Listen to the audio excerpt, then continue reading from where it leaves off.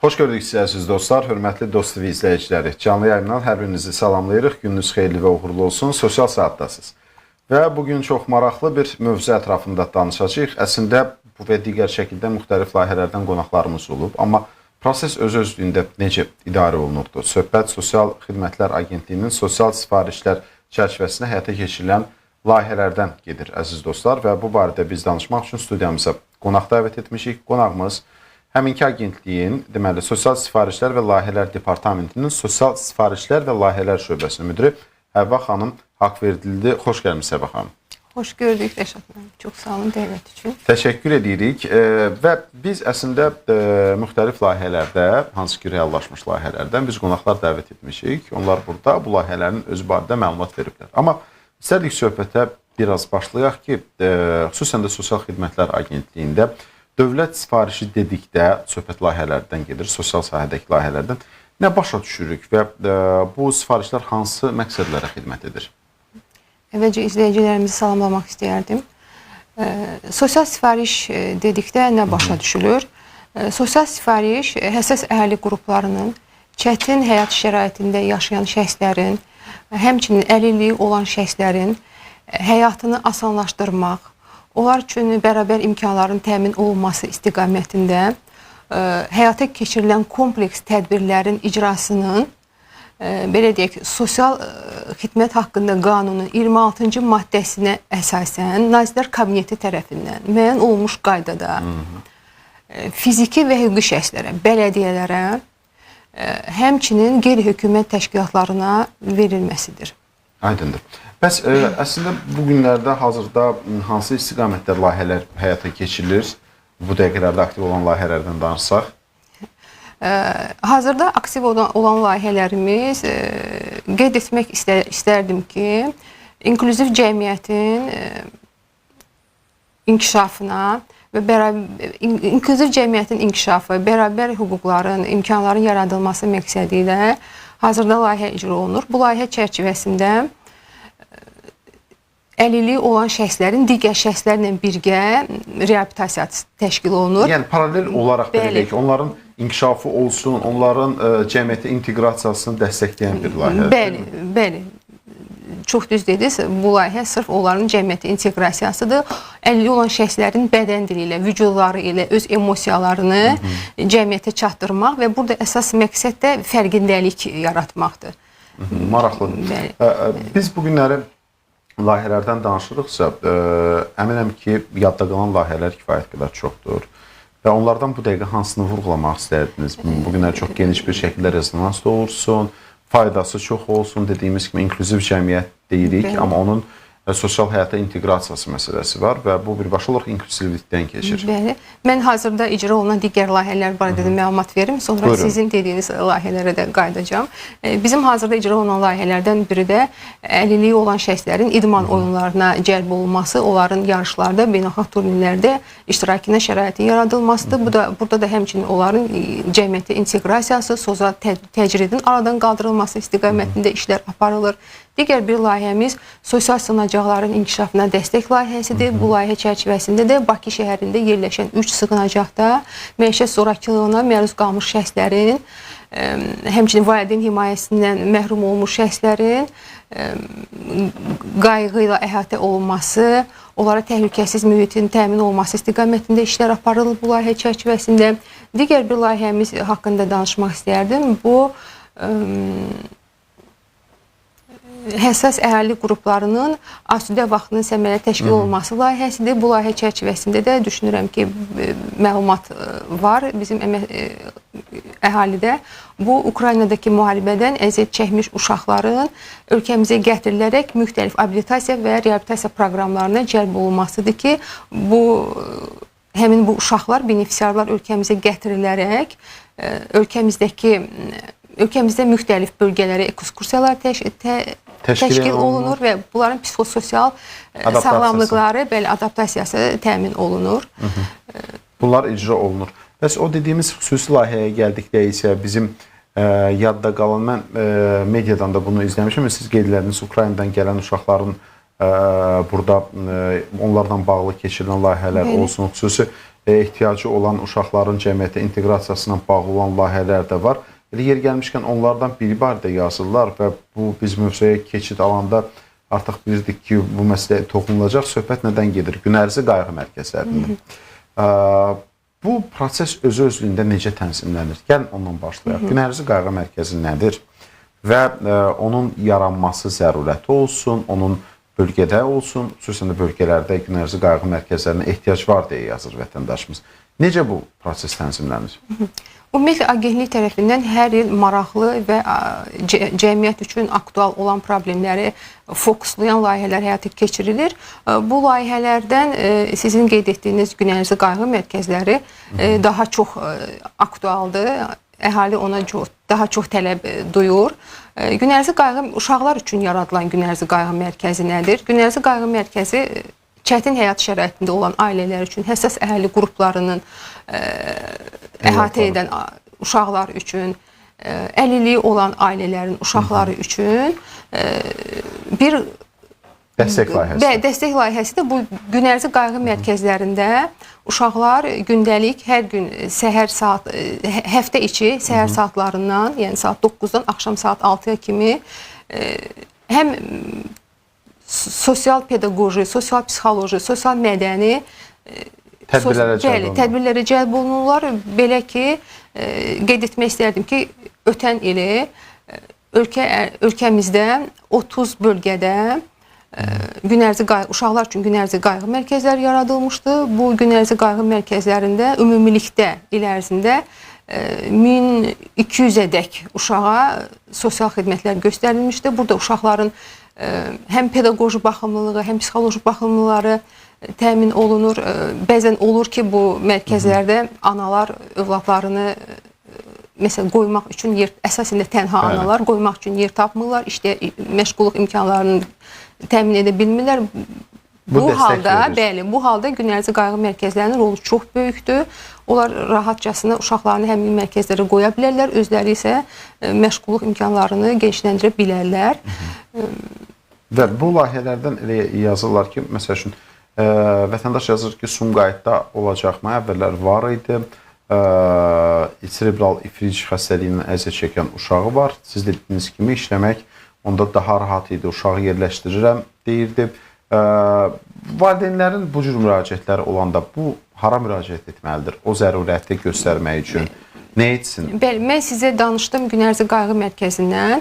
Günərzi qayğı mərkəzinə əlilliyi olan uşaqlarla yanaşı digər uşaqlar da, əlilliyi olmayan uşaqlar da qəbul olunur. Lakin əgər uşaqların sağlamlığında bir problem varsa və ya əlillik alıblarsa, bu uşaqlar bizim digər bir layihəmizdə əlilliyi olan uşaqlar üçün sosial reabilitasiya mərkəzlərinə cəlb olunurlar. Bəli, bu mərkəzlər də bizim, yenə qeyd etmək istərdim, ötən illəri 27 bölgədə yaradılıb və ümumilikdə 1350 nəfər uşağı əhatə edib ölkə üzrə.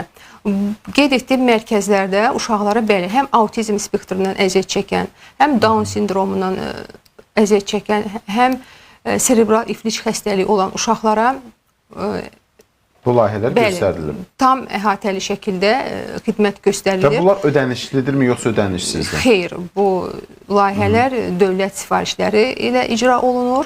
Həmin kateqoriyadan olan ailələr öz uşaqlarını rahatçılıqla həmin müəssisələrə qoya bilərlər, xidmətlərdən faydalana bilərlər. Bunun üçün onlar, mən çıxışımın sonunda deyəcəm ki, necə müraciət edə bilərlər. Sumqayıtda olacaqmı, olmayacaqmı reabilitasiya mərkəzi? Mən də bu il üçün biz hazır başlamışıq prosesə. Proses yenidir artıq. Bu il üçün proses yenidir. Bəli, bizim layihə adından da bilindiyi kimi bir layihə müddəti olur. Layihə başlayır və sonlanır. Hər bir layihə bir unikaldır. Növbəti ildə əgər ehtiyac olursa, ehtiyaca uyğun həmin bölgədə və ya digər bölgədə bu mərkəzlər yaradılır. Bəs ehtiyacı necə müəyyənləşdirirsiniz?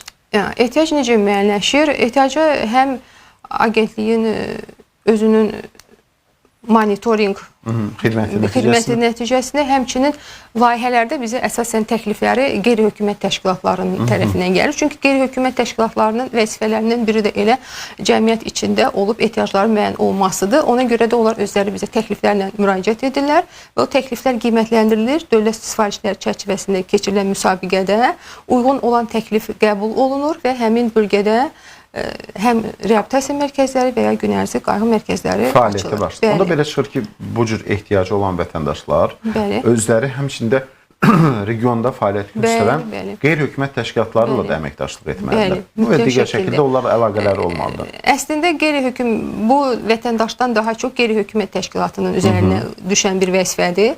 Yəni onlar əhali ilə sıx şəkildə ünsiyyətdə olmalıdırlar, ehtiyacları müəyyən etməlidirlər ki, əhalini maarifləndirməlidirlər. Dövlət tərəfindən keçirilən sosial proqramların əhatə dairəsinin genişləndirilməsi ilə bağlı maarifləndirmə tədbirlər aparmalıdırlar. Və bunun nəticəsində də onlar bu ehtiyacı müəyyən etmiş olurlar. Ola bilərmi ki, tutaq ki, fəaliyyət istiqamətində hər hansı bir xüsusi ixtisaslaşma geçsin, yoxsa tutaq ki, belə deyirəm, autizmli uşaqlar üçün ayrıca bir layihə keçirilsin, serebral iflic xəstəliyindən əziyyət çəkən uşaqlar üçün belə bir layihə, belə ixtisaslaşma imkanları olmur, yoxsa elə bir planlanır ki, artıq bütün təbəqələri, yəni sosial qayğıya ehtiyacı olan təbəqələri əhatə edən bir layihə olsun? Sizin dediyiniz formada sırf autizm spektrinə əziyyət çəkən və ya sırf serebral iflicdən əziyyət çəkən uşaqlar üçün, şəxslər üçün hazırda bizim elə bir layihəmiz yoxdur.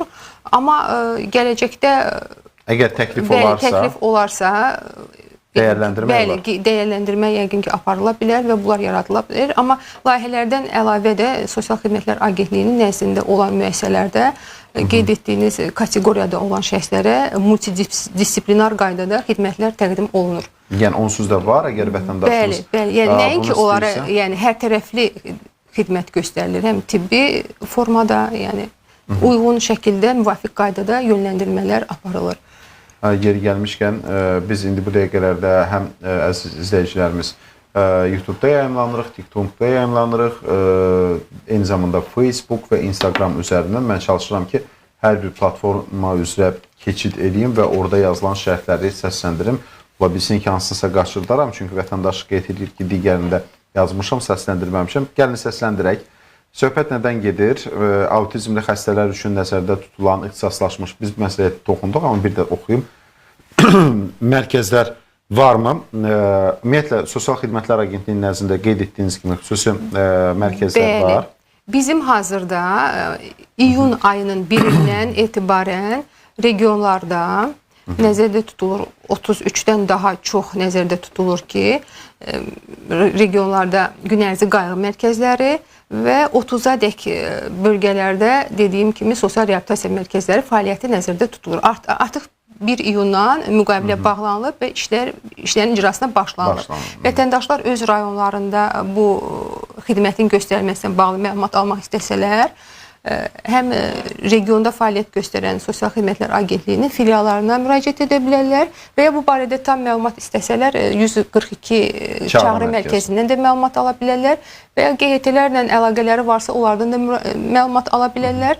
Dediyim kimi, əgər autizm çünki indi çox yayğındır və mən əhalinin çox yaxşı başa düşürəm. Yəni bizdə də məqsəd elə odur ki, uşaqlara erkən müdaxilə edə bilsinlər. Bəli, mümkündürsə erkən müdaxilə etsinlər və əhali bir də bu məqsədlə şəhərlərə doğru gəlməsin, elə öz regionunda bu xidməti ala bilsin və mən əminliklə deyirəm ki, onlarda yaradılan bu reabilitasiya mərkəzlərində bu mərhələ üçün nə lazımdırsa o xidmətləri ala biləcəklər. Çünki orada ixtisaslaşmış psixoloqlar, logopedlər, sosial işçi, bəli. Çünki müsabiqələrə sənəd verən, müsabiqələrdə qalib elan olunan qeyri-hökumət təşkilatları bu sahədə ixtisaslaşmışdılar. Onsuz da onların həm də maddi texniki bazası da sizin tərəfindən yəqin ki, yoxlanılır, qiymətləndirilir. Onlar hər biri ayrı-ayrılıqda. Bəli, biz sadəcə qeyri-peşəkar yanaşma olmur. Mütəmadi olaraq bu işə biz həm filialları cəlb edirik, filiallar nəzarətində olur bu işlər.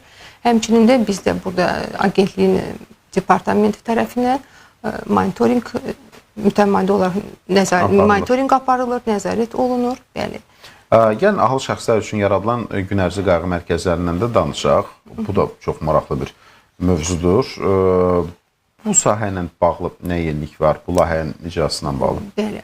Ahıllar üçün yaradılan gün ərzı qayğı mərkəzləri də ahıl şəxslərin cəmiyyətə inteqrasiyası məqsədi ilə həyata keçirilir. Onların cəmiyyətin bərabər hüquqlu üzünə çevrilmələrinə xidmət edir. Həmçinin burada ahıl şəxslərin sosial təcridinin qarşısını alması və fəal yaşlanmalarının təşviq olunmasıdır.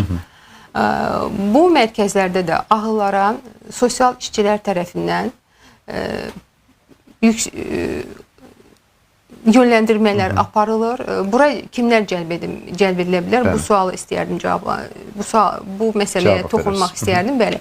Burada 70 yaşından yuxarı ahıl sayılan, amma öz qohumları ilə eyni ərazidə yaşamayan şəxslər qəbul olunurlar.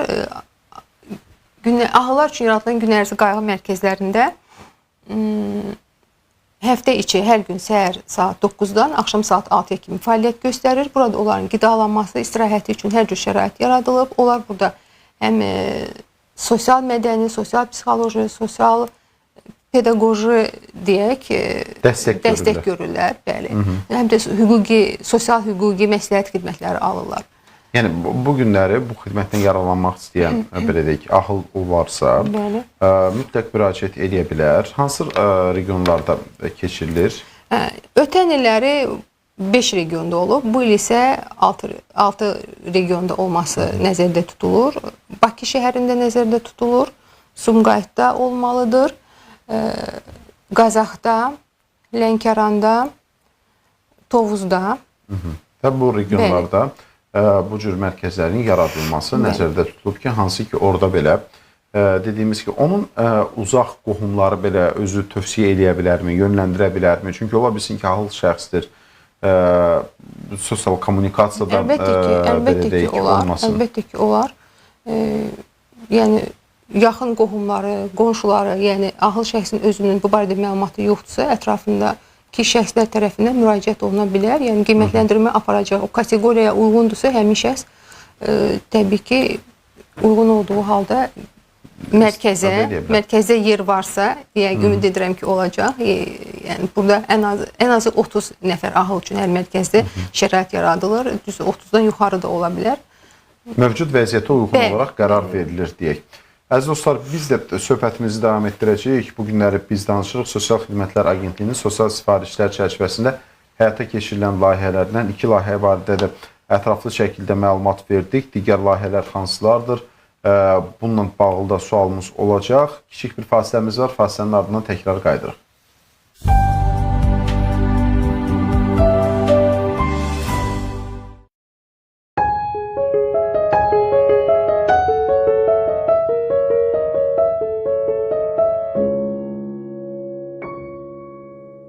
Himayədar ailənin yaranması 3 mərhələdə həyata keçirilir.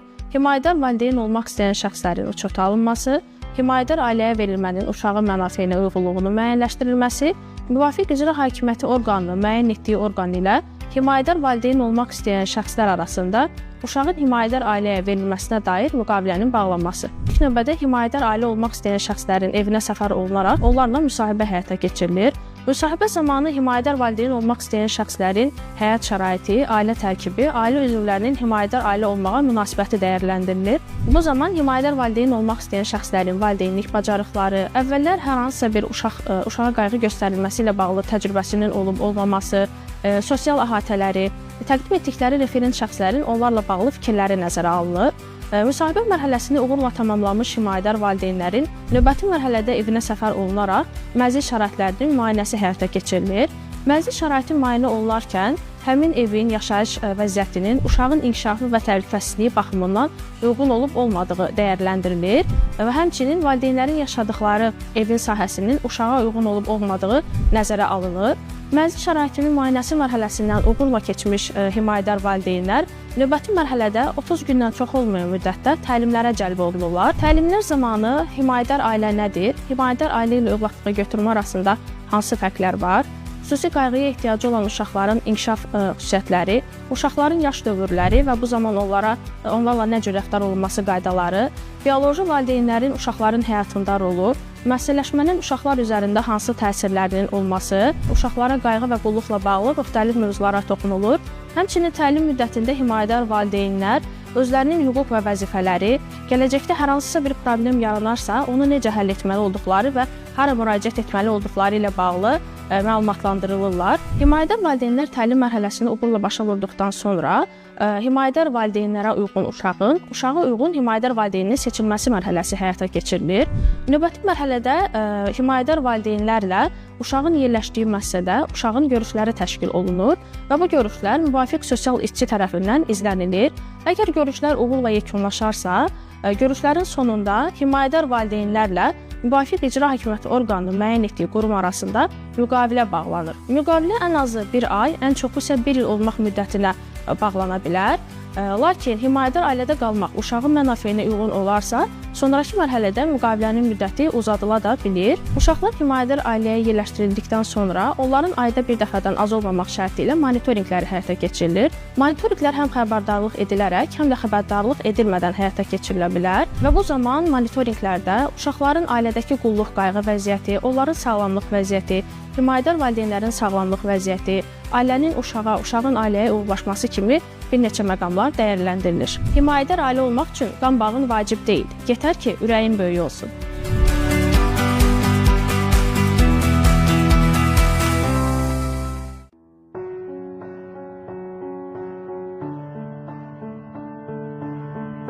Ailə bizə kim olduğumuzu, niyə var olduğumuzu xatırladır.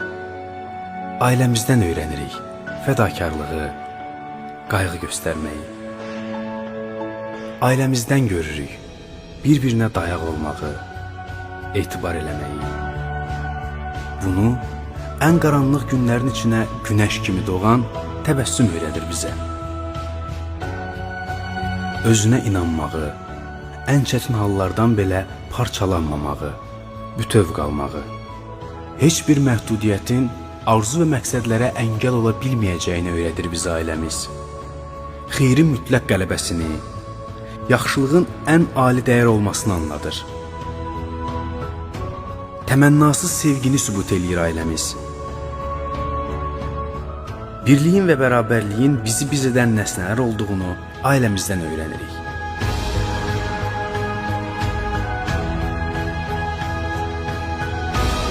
Ailə bizim güzgümüzdür.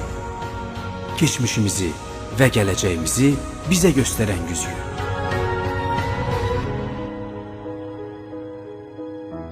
Bütün məhdudiyyətlərimizlə bizi məhdudiyyətsiz sevən ailəmizdir.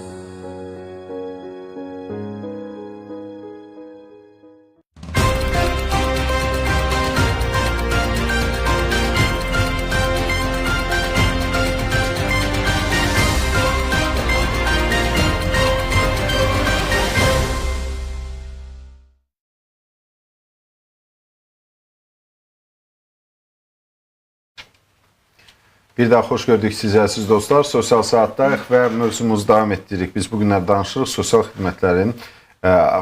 Xidmətlər Agentliyinin sosial sifarişlər çərçivəsində həyata keçirilən layihələrindən və bizim studiyamızın qonağı həmin agentliyinin sosial sifarişlər və layihələr departamentinin sosial sifarişlər və layihələr şöbəsi müdiri Həvva Haqverdilidir. Bizimlə birgə müzakirələrdə iştirak edir və sizin sualları cavablandırmış olur əziz dostlar. Və əlbəttə ki, biz danışmaq istərdik əlilliyi olan şəxslərin cəmiyyətə inteqrasiyası istiqamətində keçirilən layihələrdən. Bu layihələr hansılardır? Bu suala cavab verərkən mən sosial sifarişlər çərçivəsində reallaşan rəqəmsal layihələrin mahiyyətindən danışmaq istəyərdim. Bu rəqəmsallaşan dünyada biz eşitmə, görmə, nitq məhdudiyyəti olan uşaqlar üçün rəqəmsal layihələr icra olunub dövlət sifarişləri çərçivəsində. Bu layihələr çərçivəsində meydana gələn Surdo TV, Autizm dərs, Tiflo TV, disleksiya, övladını tanı kimi mobil tətbiqlər və mobil tətbiqlər və web səhifələr istifadəyə verilmişdir. Bu layihələr nəyə xidmət edir? Yəni, bayaq dediyiniz məsələ autizmli spektr olan uşaqlar və ya serebral iflic olan uşaqlar üçün həm onlar üçün, onların cəmiyyətə inteqrasiyası, həm də onların ailələrinin maarifləndirilməsi üçün çox vacib rol oynayır.